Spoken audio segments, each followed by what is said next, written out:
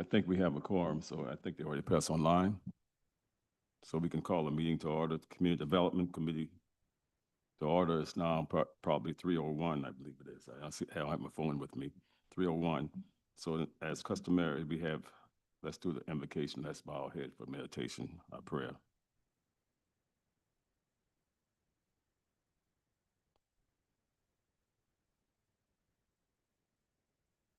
Amen. B, approval of minutes, September 18, 2025. May I have a motion? I think we need to do public participation first. Yeah, I'm going to get to that. I was going to kind of switch. I'll move for approval of minutes. Yeah. Second. Moving second, all in favor, vote by saying aye. Aye. Aye. Okay, then I'm going to go back to public participation. We have one person that will speak, Mr. Bryant. I'm going to give you a minute and a half. Thank you very much. I'm only here because I sued the Evening Post Industries. I sued the Federal Bureau of Investigations. I sued Housing and Urban Development. And the reason why I sued them because of the disparities in the judicial system in terms of poverty under former POPs litigation, which is a part of it. I did not know in South Carolina there's no limitation of that. There's no limitation. But yeah, there's a thing called paper terrorism. By sitting here right now on Facebook and referred to the feds or local government, I'm in 31 states right now as a sovereign citizen. That means that people don't have driver's license, they don't pay their taxes, business license, or anything else. So the Evening Post Industries basically is a part of something, I don't know what it is, but I was in the Post and Courier for years, and to know that I'm a paper terrorist defined by, that's 25, 30 years in jail, just being in here. Being in here right now is 25, 30 years in jail. Plus, if y'all feel offended, like a staff member felt offended, that's 5 years apiece. What's that? Well, that's 60 years in jail, right? And I go to county council, 45 years in jail. So this coming here to speak before you is jail. And that's something, just filing a lawsuit in court in South Carolina, and they don't like it, it's 25, 30 years in jail. And that's something, that's amazing. I spent my whole life building my business, doing the right thing in my life, filing lawsuits, public comments, all kinds of stuff I've done formally, legally, and I'm looking at 25, 30 years coming in here. And that's something, that's amazing. That's really amazing. So we're gonna help minority-owned businesses again, and hopefully after this election's over, we can talk about having these meetings more open, the doors open, so if staff won't say that you're trying to do something to the mayor or whatever, and that's like 5 years in jail. Let's looking at him 5 years in jail. Time. Thank you. Jail, jail, jail. Okay, we're going to move right along. Do you have any old business? No old business, so we'll jump right down to new business. We have a presentation and approval of transfer of fee in lieu funds from Courier Square to Star Gospel Mission for the development of affordable housing. I think Reverend Pratt is here. Will you come into the mic? Or are you going to the podium or what? If it's okay, Councilman, I'd like to come to the podium. That's all right. That'd be fine.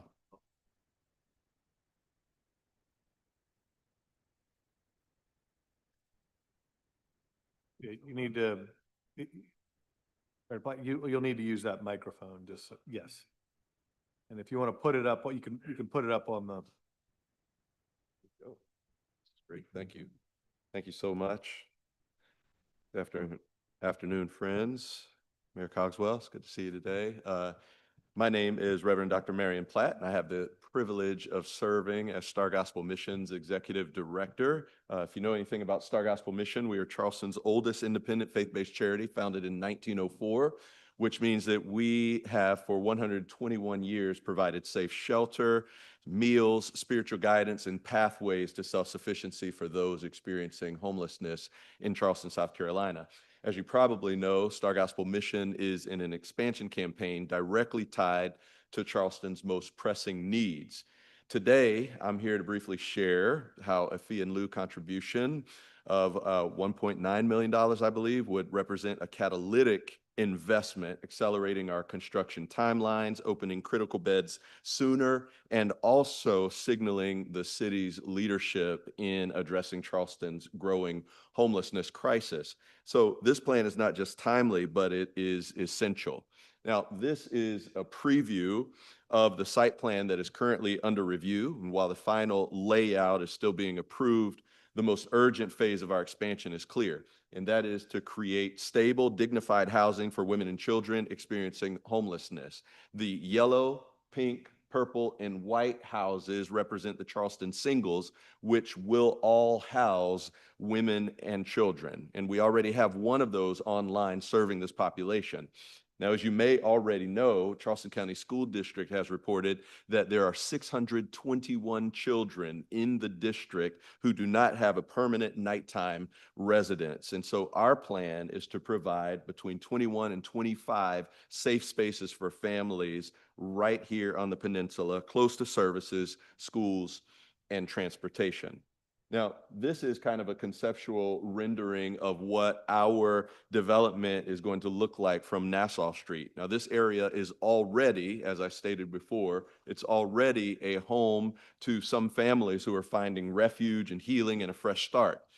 It's our belief that no mother in Charleston should sleep in her car with her children because there's nowhere else to go. And so we're trying to respond to that need.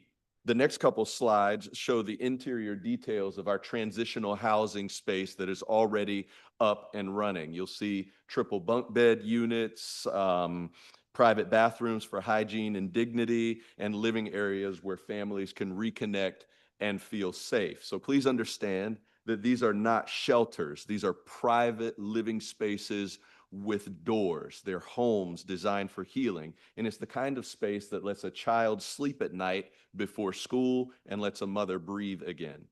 Now, for those of you who know us well, you know that Star Gospel Mission programs do not stop at just housing.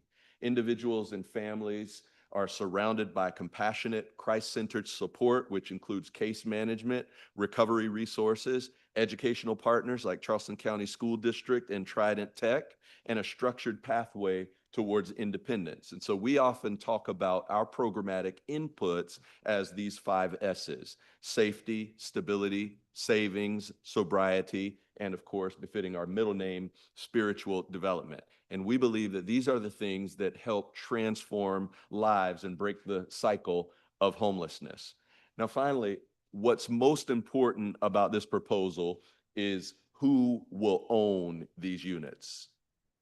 Star Gospel Mission is not a short-term developer. We've been helping people downtown for 121 years, and we're not going anywhere.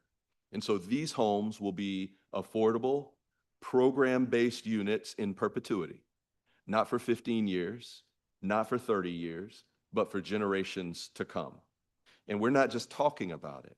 As I've already shared with you a moment ago, we're already doing it.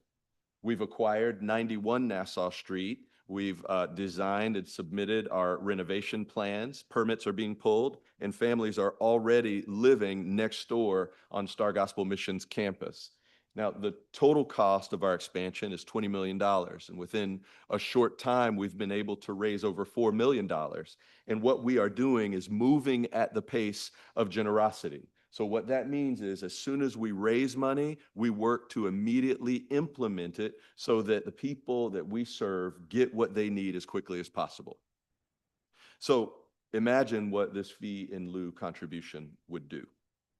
It would dramatically accelerate our ability to meet the urgent needs of Charlestonians who've been destabilized by homelessness. It would represent a catalytic investment, accelerating construction timelines, opening up these critical beds sooner, and signaling the city's leadership in addressing this crisis. So if you hear urgency in my voice, it's because Charleston County currently lacks proper and adequate shelter capacity, particularly for women and children, for others who are experiencing addiction, and individuals not eligible for other programs. Now, Star Gospel Mission has a 121-year legacy of service, and we're ready to fill that gap. And this contribution would demonstrate the city's commitment to public-private collaboration, equitable development, and a brighter future for Charleston's most vulnerable residents, women and children experiencing homelessness. And so I hope that you will give it your strongest consideration. Thank you so much.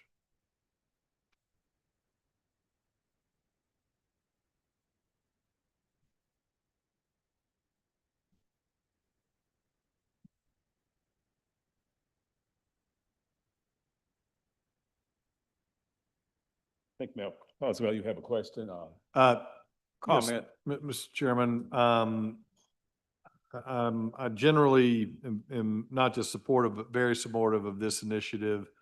I did want to just get a few clarifying questions answered if Ms. Johnson, you might have them in terms of, this is a fee in lieu for Courier Square to transfer the development requirements from Courier Square obligations and transfer them to Star Gospel Missions, which is about a block and a half away from the building itself. So, but am I correct in that this would be funding from Courier Square that otherwise would have gone to the city that we're then now contributing?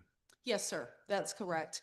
And DJ, correct me if I'm wrong. I think there would still be maybe 15 units still left on the Curry Square spot, but the funding itself would go to this if you all deemed it appropriate versus coming to the city. Yeah, I think it's a creative solution and it has an impact. And so, Mr. Chairman, I certainly am supportive of the effort. Anyone else have any question? Anyone online? No. Well, I greatly appreciate Reverend Platts, what he's doing over at Star Gospel Mission. And as he knows, and I spoke with him on a couple of occasions, that I've worked with Star Gospel Mission for years, having young men at the time being housed there at Star Gospel Mission. And they do a good job at Star Gospel Mission with the males, because they not only have them housed, but they go through all different things, teaching them if have mental health issue, teaching them how to even take care of home and what to do with the home and things like that. So they do a lot of different other programs there than just housing them. So now when they're getting into the with females, it's just something new, but which is needed in the community. And I worked with the Courier Square when I was telling them about Star Gospel Mission in the beginning, when they didn't do any affordable apartments on King Street for seniors. So I said, well, we have to get something done. And I said, I'm not going to support something that's not going to be for seniors for affordability. So that's when they mentioned the Star Gospel Mission. And that's when we came over to Star Gospel Mission to see if there was something that they could have done to assist with this. And this is how this got started from Courier Square. So it would be a really, really, really, really, and I said really good thing to happen right here on the peninsula for the homeless individuals with children, which is very much needed. So if any way we can do this, then I said, let's go and do it.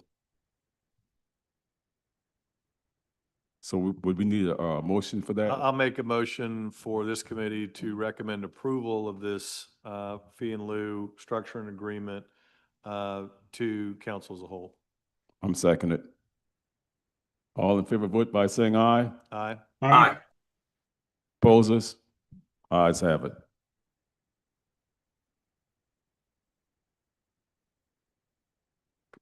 Okay, we move to the next item.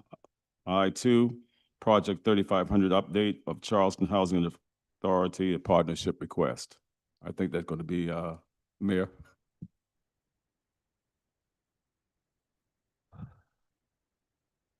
Thank you, Mr. Chairman. We have a presentation here. You might want to turn around for it. Purpose of this, though, is we have a somewhat tight timeline as it relates to a potential partnership with the Charleston Housing Authority.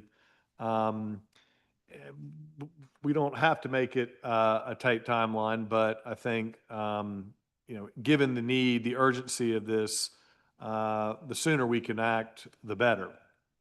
So what I wanted to go over is, just to reiterate where we are on how we're going to potentially achieve the Bloomberg recommendation of 3,500 units by the end of 2031 or beginning of 2032. And you all have seen this before, where we have it broken down on how we can get to a little over that number through projects that we have in the pipeline.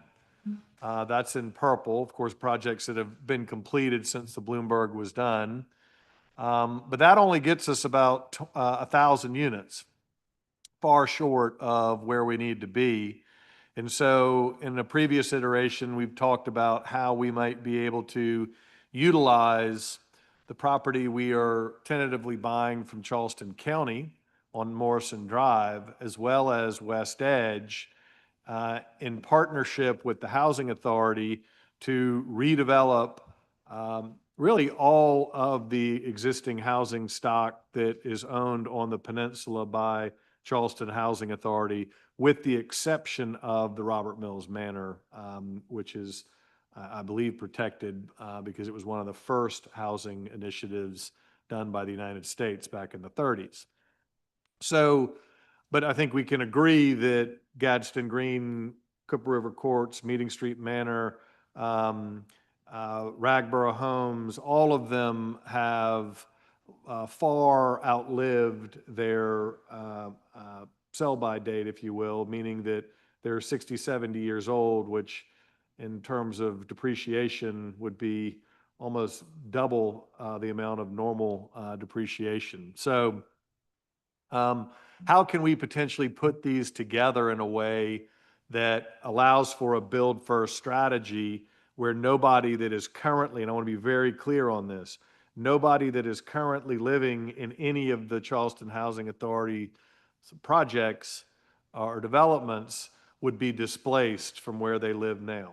I mean, they would have to move potentially a block away into a new facility, brand new facility, while their current units would be redeveloped. But in terms of having people to move off of the peninsula for any period of time, the goal is, and the really bright line in the sand would be to make sure that there's no displacement.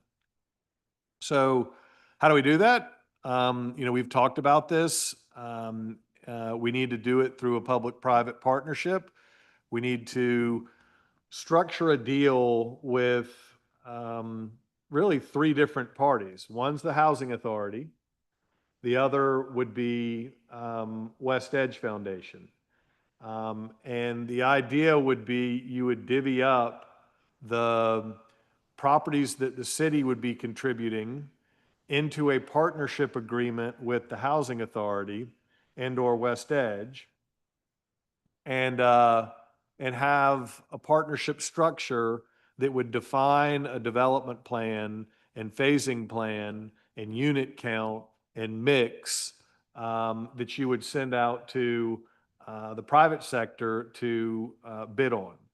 And what we would be looking to do on the public side of things is establish a zoning classification for these properties so that it can be expedited through, and entitlement risk is not a risk to the developers coming in, which brings the cost down substantially. But it also allows us the opportunity to really lock in and define what type of product will end up going there. And it takes away a lot of risk from the city that we would end up getting something that we wouldn't be happy with. I'll tell you that this is going to be complicated. This is a complex, potentially three-way agreement, but I think it presents an incredible opportunity to really aggressively address this issue in very real terms. So again, what we're talking about is, I think we've got some, these are the different properties that the Housing Authority would potentially put in. Again, Meeting Street Extension, Gadsden Green and Extension, Cooper River Courts and Meeting Street Manor, Ragboro Homes. And we would be partnering them with properties that are contiguous that the city would be purchasing or owns in partnership with MUSC via West Edge. So what we would be delivering ultimately is discussed in a previous meeting. Right now, the Housing Authority properties are about 20 units to an acre, all of which are at the lowest end of affordability. we would be doubling the number of affordable units on the sites, and then doubling that again with market rate units. So we would go from 20 units an acre to 80 units an acre. Half of which would be affordable, so you would double the existing stock of affordability, and then bring in a mixed income component so that you have market rate with it, which, countless studies have shown, that is a much more responsible way to address housing needs, particularly infill housing needs, is to not just have a concentration of affordable only, but bringing in the market rate. And right now, this is largely focused on the peninsula, because that's where the biggest job centers are. That's where the housing authority property is. That's where the public transportation is. That is where I think there will be the least amount of concern from the community about the misconceptions of affordable housing, or the NIMBYism, if you will. One other property that I forgot to mention is part of this, besides West Edge and the potential purchase of 995, is Mount Pleasant Street, the city-owned property where Parks is currently housed. Given that is the entranceway to the low line, it is a major stop on the LCRT, and city owns that property. I think it makes a lot more sense to redevelop that with housing, particularly with 50% of that housing being affordable, than to park lawnmowers. And so we would look to reutilize that property and contribute it. So that's the gist of the general plan. And again, what this would be is City of Charleston contributing our land into a partnership with the Housing Authority. They would contribute their land, and it would be at fair market value. So value would be defined based on our new zoning, which would guarantee affordability so that it couldn't change over time. This is permanent affordability. And their value, let's say that the Housing Authority's properties come in at $300 million in aggregate value, and ours come in with West Edge at $100 million. We would be 25% partner, they would be 75%. So it's just pro rata, right? We would then take those assets and that partnership that would have a governance structure that would be part of staff on both Housing Authority and the city, and then an executive committee that would be members of the Housing Authority, senior leadership or board members, however they deem appropriate, members of West Edge Foundation, and members of council and the mayor's office. And so we would put these properties together, divide them up into 3 different RFPs that would go out and solicit bids from partners, private sector partners, to come in and develop these. So this is draft stamped across it because we're coming to this committee first with this general idea, asking you to think about this, come up with different ideas and insights on how this could be tweaked, modified, honed in on. I'm presenting the same concept to the Housing Authority next week, and presenting to West Edge I think next week as well. So I've walked through this already. Let me get to this schedule real quick. So again, we're talking about it today. We would, I'd talk to the Housing Authority to get their input, and we've talked about this high level, just like we've talked with you all high level about this. And there seems to be pretty broad support from the Housing Authority. And then we need to talk with West Edge. Again, they've had similar presentation and are open to opportunities here. And then what we need to do is start really getting into the weeds on how this might work over the next 60 days so that we would have something that could be blessed by this committee and city council ultimately, as well as obviously the Housing Authority and their board, as well as West Edge Foundation and their board. And there needs to be a pretty robust public input opportunity here. We want to be very transparent and open about how this could potentially work.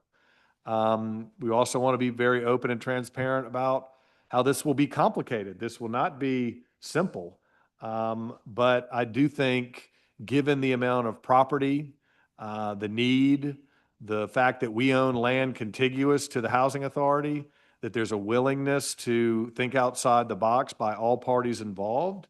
And there are examples of real success stories across the country on how concepts like this have been very successfully executed to the betterment of their communities. So I just wanted to kind of let you all know that we are starting to zero in.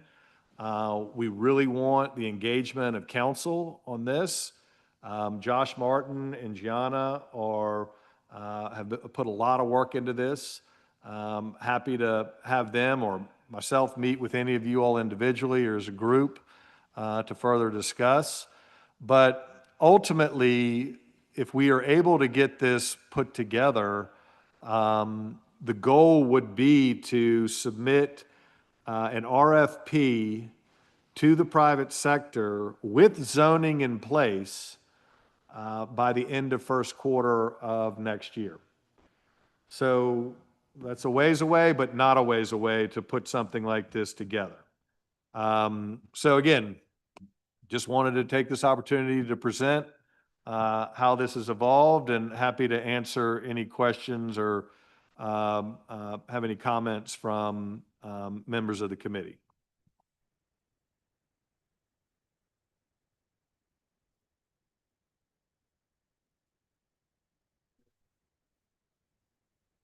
Two questions I have.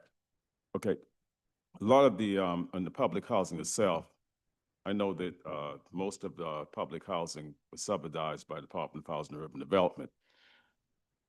HUD states at the time when they tear down things, it's 1-for-1. Will that still be in place? Absolutely. I mean, yeah. Because they always say 1-for-1. Once you tear down that one, you can have to replace. So that'll still be affordable in that piece. Absolutely. And again, no displacement. I mean, Right. just for clarity though, people, if we would build first on West Edge and or 995 or Mount Pleasant Street, and people would move from the housing project building that they're in to that new facility, and we would tear that down. So it would be more than a one-to-one replacement, actually. Yeah, it'd be more. Because I just know the 1-for-1 will be there, but we're going to kind of increase it, if you may, as you stated. Second question, I wish there was a way that we could have a meeting with all the council members, if you may, to explain the same presentation, so we wouldn't have all this probably going to be prior to, that they can be able to see the presentation that they have. If we could do that, and this would kind of eliminate some other things that we could go through, so they'll be aware of it. Yeah, if that could happen. absolutely. I If mean, that's, we are trying to, so, and if I may be candid here, there are multiple parties involved here. There's the Right. Housing Authority, there's West Edge, and then there's the city, right? Right. And so we're trying not to get too far ahead of any one group, because we would all be partners in this effort. So I'm trying to be respectful and get input from individuals on council, but also individuals, staff and board members of the Housing Authority and residents of the Housing Authority, as well as board members of West Edge.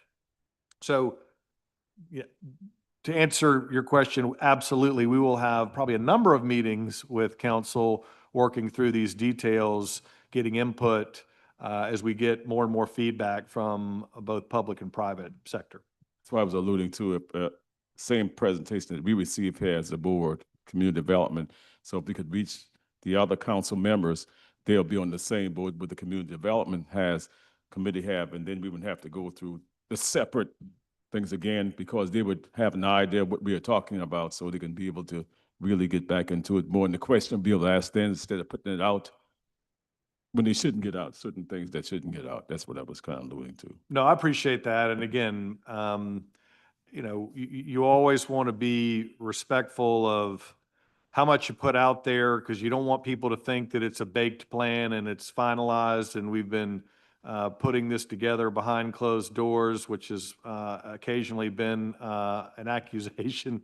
But you also have to put a framework together and something to discuss and something to work on. And so that's what we're trying to do here. What's exciting about this to me is this is a very achievable plan.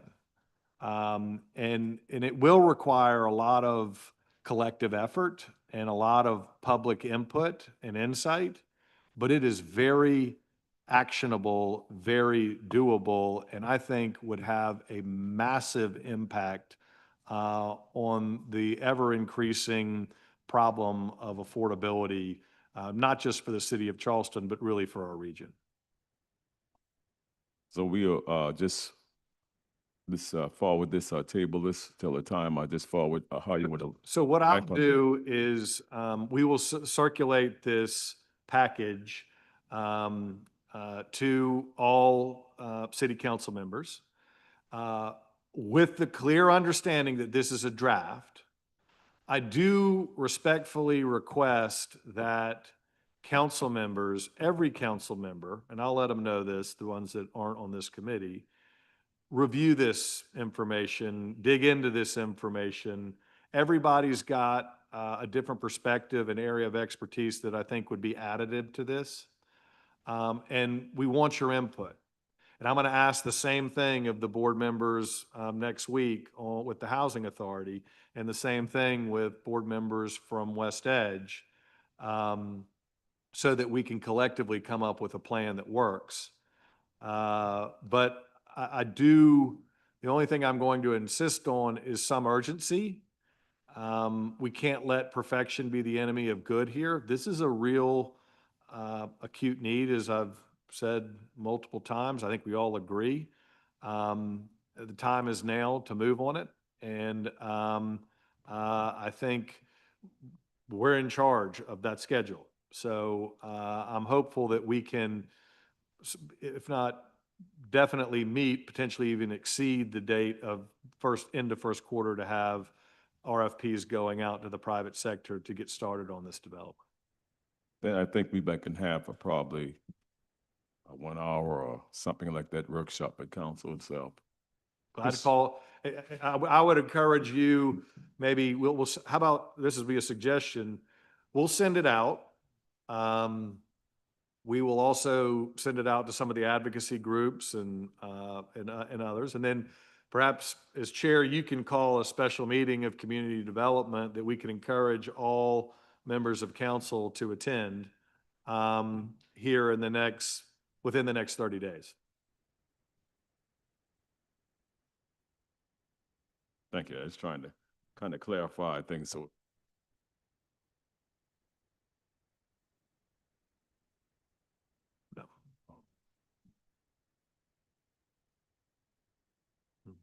information purposes right now. So we move on down to item number 3, discussion regarding rural housing. I think I'm going to ask Ms. Johnson to answer that question. I think Councilman McBride had asked a question pertaining to housing that's going to be on Johns Island, I think it is. Yeah, and I think, Mr. Chairman, I can answer my own question because I got,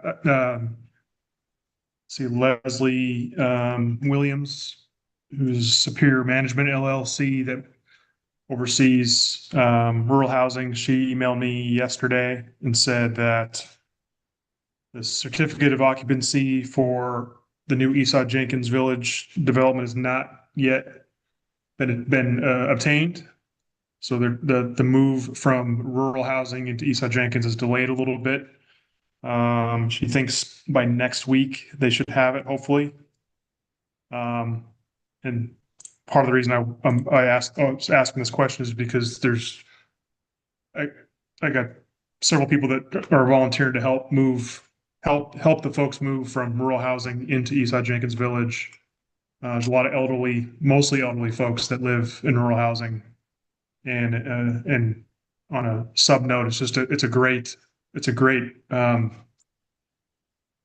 advancement in quality of life for those folks, because Esau Jenkins Village is a really, really great building with a lot of great amenities and a substantial upgrade in living conditions from rural housing. So I'm excited for those citizens. Okay, Councilman, so you have, right now, you kind of, got your information or your question answered, Yeah. so, okay. Yeah. She seems like she's following up with me pretty good every few days. So I'm pretty hopeful that once they get the certificate of occupancy, that she'll let me know. Yeah, and just, I believe you may be aware of this, Councilman McBride. I know Councilman Mitchell knows, but we have a staff member at the city whose sole job is to help expedite permit review and COs. So if we can help, I'm sure they're working through her because she's well aware of this project and has been involved with it since the beginning, but certainly ready to help within reason about expediting the CO. So just know that. Okay, awesome. Thanks. All minds are clear. We have anything else to bring before the committee? Josh? Or nothing? No one else have anything else to bring before the committee before we adjourn? No, I just wanted to, I think it would be good to, maybe for us to communicate, in the next day or two, just to pick a date for that special meeting so that we can get information out to council members well in advance, and hope we have a strong attendance for that special meeting. Okay, we're gonna look at the calendar and check it and Yeah. just go through and see what happened after this election. Okay, if you don't have anything to bring before the committee, we stand adjourned.